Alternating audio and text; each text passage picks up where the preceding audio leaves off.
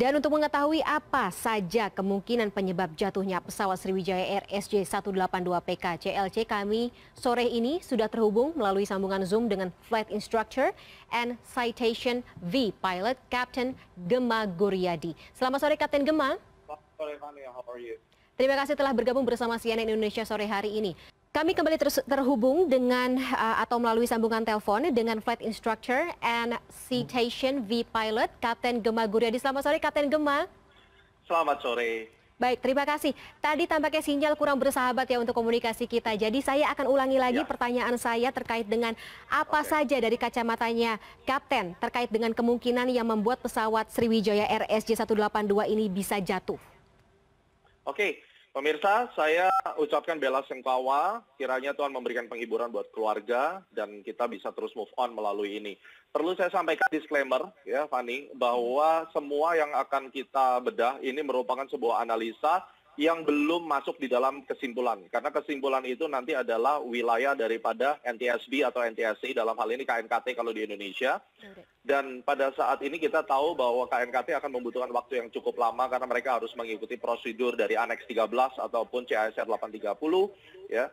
Kalau nanti NTSB turun, maka dia akan mengikuti FAR, Federal Aviation Regulation 830. Nah, tapi kita juga tahu bahwa saat ini dengan adanya teknologi dari ADSB, melalui flight radar kita bisa mendapatkan data sekunder yang bisa digunakan untuk membuat analisis secara konstruktif, sistematik, dan objektif untuk mencegah adanya spekulasi liar daripada masyarakat melalui dunia maya. Ya. Jadi diharapkan kita akan mencoba sedetail mungkin, seakurat mungkin untuk memberikan jawaban dan ini bukan konklusi. Oleh karena itu perlu saya sampaikan juga bahwa kalau yang ditanya adalah resiko yang terjadi, ini kenapa sih kok pesawat ini bisa gini? Apa sebabnya?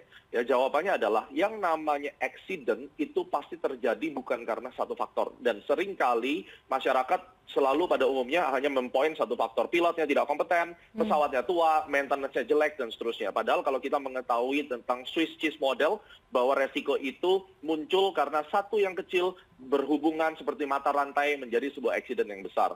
Nah, kalau dikatakan apa sebabnya, jelas ini adalah sebuah accident yang katastrofi, dan berdasarkan pengalaman selama ini kita melihat daripada NTSB report, ada beberapa kategori daripada jenis accident. Yang pertama adalah contoh yang paling populer adalah CFIT, Control Flight into Terrain, di mana apabila pesawat ke gunung, terus kemudian ditabrak, itu adalah jenis CFIT accident. Tapi kita tahu bahwa SJ182 ini tidak terbang di dalam pegunungan, sehingga ini masuk di dalam kategori loss of aircraft control yang bisa dibuktikan melalui data-data ya dari secondary data tadi ya, behavior daripada pesawat yang mulai dari ketinggian 10.900 akhirnya menghujam ke bawah, putar 30 derajat ke kiri sampai akhirnya crash ya dalam waktu hanya 1 menit, itu adalah yang bisa kita simpulkan sementara kemungkinan besar loss of aircraft control. Nah, apa yang terjadi? Kenapa bisa sampai loss of aircraft control? Ada beberapa hal ya, menurut teori aviation itu ada 7 hal. Salah satunya adalah adanya sistem malfunction, terus kemudian mungkin pilotnya incapacity, mungkin dua-duanya pass out gitu, atau ada malicious interference, ada explosion internal, mungkin ada membawa bahan kargo yang sensitif, terus kemudian ada explode, atau eksternal, mungkin ada petir misalnya yang menyambar. Nah, ini yang nanti akan dibuktikan melalui flight data recorder dan cockpit voice recorder. Perlu diketahui bahwa flight radar ini sangat bagus, bisa membantu kita, tetapi memiliki limitasi-limitasi. Contohnya misalnya data yang bisa kita tarik daripada ADSB dari flight radar ini terbatas masalah waktu. Anda tidak akan bisa dapat data yang sangat detail hingga sampai microsecond misalnya. Sedangkan kita tahu kejadian ini di 07.40 UTC atau GMT, ya itu plus 7 berarti 14.40, kejadian cuma 1 menit. Itu mulai dari 10.900 feet, pesawat itu tiba-tiba drop dengan vertical speed minus 4.500, berputar ke kiri, kemudian drop minus 27.000 feet per minute, minus 30.000 feet per minute, terus kemudian sempat naik lagi ke atas plus 22.000, ini yang weird banget, ya sampai pada akhirnya crash. Nah, ini yang nanti akan dipecahkan oleh NTSB. Okay. Tetapi dari semua itu kita tahu bahwa ini adalah loss of aircraft control. Baik, Kapten, kalau misalnya kita kita analogikan itu, perbandingkan komparasi dengan jenis transportasi umum lainnya gitu, misalnya seperti mobil.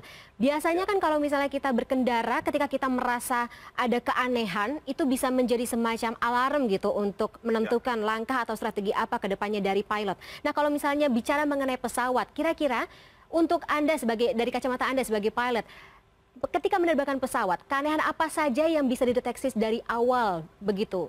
Pesawat ini ada sesuatu yang harus dicari penyebabnya atau saya memutuskan untuk tidak menerbangkan pesawat ini. Ada nggak sih untuk meminimalisir terjadinya kemungkinan force majeure atau juga accident yang seperti tadi Kapten Gema katakan?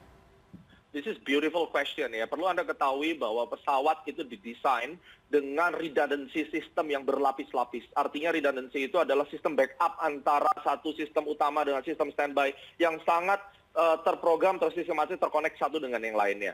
Dan pilotnya sendiri itu di-training untuk menghadapi abnormal situation.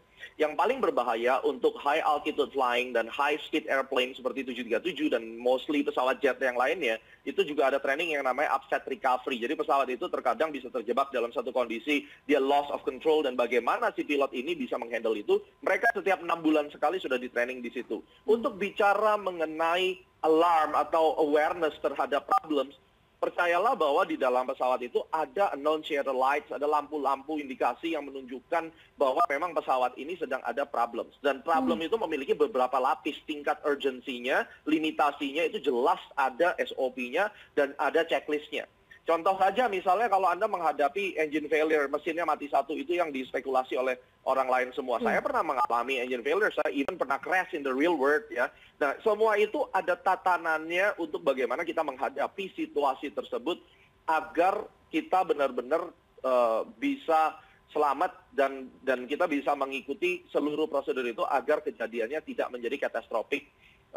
Engine failure itu menjadi satu fatal accident. Nah, ini yang perlu kita ketahui bahwa di dalam dunia aviation itu selalu dibuat yang namanya sistem backup, dan ini yang saya percaya semua orang pada akhirnya sudah di-training dan manufaktur pesawat juga sudah melakukan itu. Berarti semuanya sudah sesuai standar kan, manufaktur pesawat? Sudah, udah tentunya. Dan kalau kita mengacu kepada 737 MAX ya contohnya, waktu itu sempat crash dan akhirnya ditemukan bahwa pilotnya sendiri nggak punya referensi untuk dia itu bisa mengendalikan MCAS problem itu karena memang tidak pernah di-training dan tidak pernah ada di buku. Ya, terus bagaimana? Akhirnya kita tahu bahwa ternyata memang Boeing yang memiliki problem dan untungnya sekarang ya kita bersyukur akhirnya 737 MAX sudah di return to service dari FAA dan kemudian negara-negara lain juga udah ikut sertifikasi termasuk Indonesia. Oke, semoga proses identifikasi ini bisa terbuka ya dengan ditemukannya black box atau dari hasil evaluasi kalau black box nanti ditemukan. Kapten Gema, ini juga muncul spekulasi yang cukup liar ya, Bis, kalau misalnya kita ngelihat lini masa, kemudian juga warganet semacam menganalisis gitu secara mandiri atas penyebab jatuhnya, kemudian juga kondisi yang terjadi pada saat kejadian. Tapi kalau misalnya dari saksi mata sendiri mengatakan ada api yang muncul ketika pesawat tersebut mulai menuju ke arah permukaan laut dan terjadi ledakan di permukaan laut. Apa kira-kira analisa yang bisa Anda tangkap dari sana? Ini agak sulit sekali dan memang harus dibuktikan melalui flight data recorder. Kita nggak bisa berspekulasi ya tentang hal ini. Kalaupun memang ada percikan api, kalau kita mau berpikir secara common sense, kalau percikan api itu bisa muncul even pesawatnya crack saja atau wingnya saja patah dan fuel di dalam pesawat 737 itu diisinya di wing, di sayapnya. Itu ada integral tank namanya, itu diisi pesawat itu berisi berton-ton bahan bakar dan ketika sayapnya patah hanya karena dia mengalami penurunan yang drastis, mengalami gravity yang luar biasa, terus gesekan dari metal itu saja kena daripada fuel yang masih banyak karena itu baru take off, itu saja bisa menjadi percikan api. Jadi kalau dikatakan ada yang berspekulasi ini teroris, ada bom, itu terlalu jauh. Dari percikan saja bisa, atau impact dia kepada laut dengan ketinggian seperti itu, 27.000 feet, 30.000 feet per menit, itu meledak itu sudah wajar gitu ya. Jadi ini masih sulit untuk kita detect ledakan itu apa gitu. Dan tidak perlu lagi ya mengeluarkan spekulasi liar, lebih baik menunjukkan empati pada keluarga korban.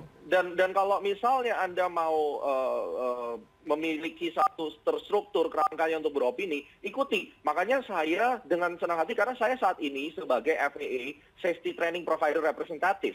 Terjadi aviation accident, itu merupakan tugas saya untuk mengedukasi supaya dari sisi pilot, tidak ada pilot yang sempurna, tidak ada pilot itu yang pinter. Kita semua adalah human, dan human itu terbatas dengan human factor. Sehingga kita harus keep aware, kita humble, kita terus belajar, ya. Dan juga untuk masyarakat supaya mereka tahu bahwa Anda tidak bisa justifikasi, tidak boleh menuduh bahwa ini karena itu. Ingat, yang namanya accident itu mata rantai dan tidak, ini sangat mengerikan sekali untuk Anda ketahui kalau kita tidak aware dengan potensi risk. Oleh karena itu, melalui edukasi seperti ini, melalui CNN yang support masyarakat, tidak ada lagi nanti bisa berkurang spekulasi liar, bahkan ada yang bilang ditabrak alien segala macam. Please, come on, ya, back to make common sense. Dan Anda bisa lihat video air crash investigation, Anda bisa download kecelakaan-kecelakaan sebelumnya, NTSB punya report yang begitu baik. Anda bisa pelajari bagaimana mereka mengkonstruksi sebuah investigasi. Baik, terima kasih atas literasi dan juga informasinya Kapten Gemma Guryadi pada sore hari ini. Terima kasih telah bergabung bersama kami di CNN Indonesia Breaking News.